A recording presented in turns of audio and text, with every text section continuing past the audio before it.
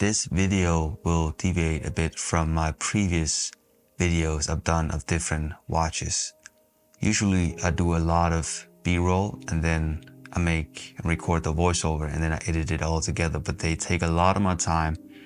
And sometimes I just want to make a review and overall just talk about watches without thinking about it too much. So hopefully you also like this format. This one is going to be an overview. So a bit shorter video where I just talk about the watch for a small amount of time. So we're just gonna get an overview of the watch. So today we have the Junghans Max Bill, a 38mm, and this is an automatic version. And so far as I understand it, the bigger watches in 38mm, they only do them in an automatic version, but the 34mm, they come in hand wound with a hand wound movement. So you have to understand the difference. This movement is an ETA 2824, so it does hack, as you can see here.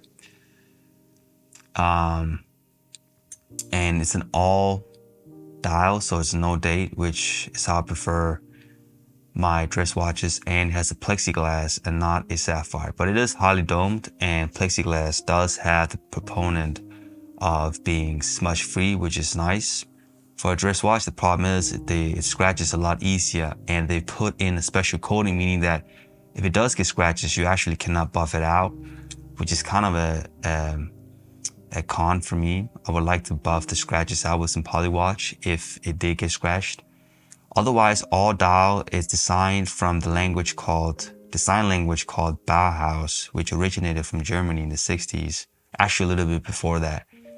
And you can definitely see that here. You know, form should follow function in the language of Bauhaus, and the function here is being able to tell the time in the most legible way, which I think you definitely do with this design.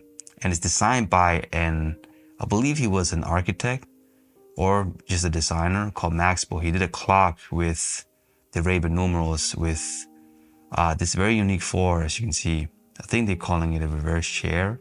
I'm not 100% sure. But otherwise, just a beautiful design. It has become fairly expensive with time, but I still think it's a watch that represents history and represents a great design language that I love. The case overall does not have the most detailing. It's very slim. It's fairly slim and I think very basic, but I think for what it's trying to achieve, it's okay. It does only have 30 meters of water rating, which is not a bad thing. But, you know, for a dress watch, that's kind of like how it goes. But I think today when people are wearing the watches more regularly, I think it probably would have been more nice to have a water rating a bit higher. But as you can see here, this is how it looks on my 8-inch wrist. So I think 38mm just fits perfectly. I honestly think 38mm is kind of like the new 36mm as it was back in the days. You know, I think we're gravitating towards smaller watches today, and I think 38mm just kind of works with everything. And I think it fits nicely with my wrist. And I also think, like, if you have a wrist size above, 6 inches, it would still look great. But if you do like your watches to be smaller, if you have a smaller wrist than mine, I definitely would recommend 34mm. It's a great watch. It is a manual wound watch though, so you have to bear that in mind. You can get this in different designs, but I think this is a cool watch. So this was just a small overview, and probably make a long video at some point. Hopefully you enjoyed this video. Subscribe, like, let me know in the comments what you did like about this video and what you didn't like as much. And hopefully these types of videos will get better with time. Thank you for watching.